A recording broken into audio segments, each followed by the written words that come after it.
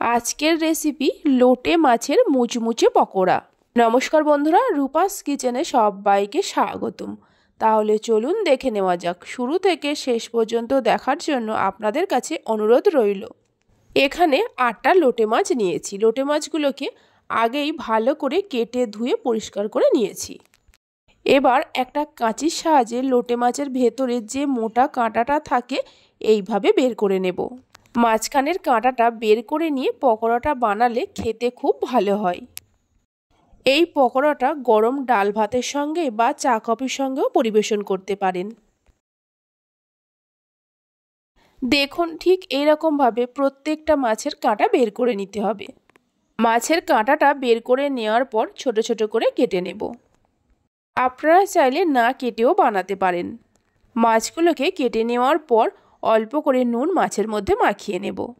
এবার একটা ছাঁকনির মধ্যে 25 থেকে 30 মিনিট রেখে দেব, তাহলে মাছের মধ্যে যে জলটা আছে ঝরে যাবে। 30 মিনিট পর একটা বাটির মধ্যে মাছগুলোকে ঢেলে নেব। এর মধ্যে দিয়ে দেব চায়ের কাপের 1 কাপ কর্নফ্লাওয়ার। কর্নফ্লাওয়ারের পরিবর্তে অ্যারারুটের ব্যবহারও করতে পারেন। 2 চামচ ময়দা দিয়ে দেব। হাফ চামচ গোলমরিচ গুঁড়ো দিয়ে দেব। অল্প করে লঙ্কার গুঁড়ো দেব। সামান্য গরম মশলা গুঁড়ো দিয়ে দেব। স্বাদ মতো নুন দিয়ে দেব। মাছের মধ্যে আগে নুন মাখিয়ে রেখেছিলাম, তাই নুনটা বুঝে দিতে হবে। 1 চামচ পাতিলেবুর রস দিয়ে দেব।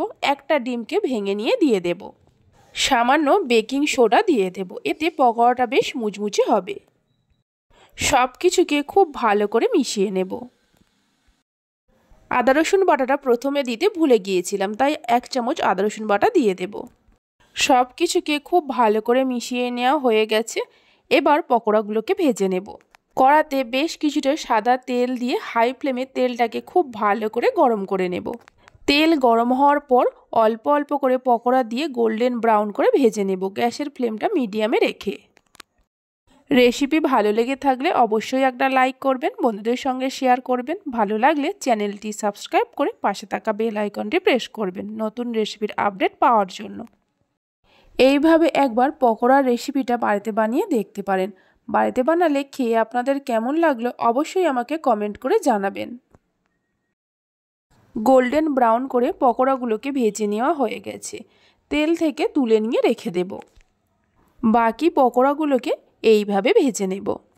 সমস্ত পকোড়াগুলোকে ভেজে নেওয়া হয়ে গেছে। গরম গরম পরিবেশন করুন, খেতে খুবই ভালো লাগে। ভিডিওটা আমি এখানেই শেষ করছি। আপনারা সবাই ভালো থাকবেন, সুস্থ থাকবেন। ধন্যবাদ।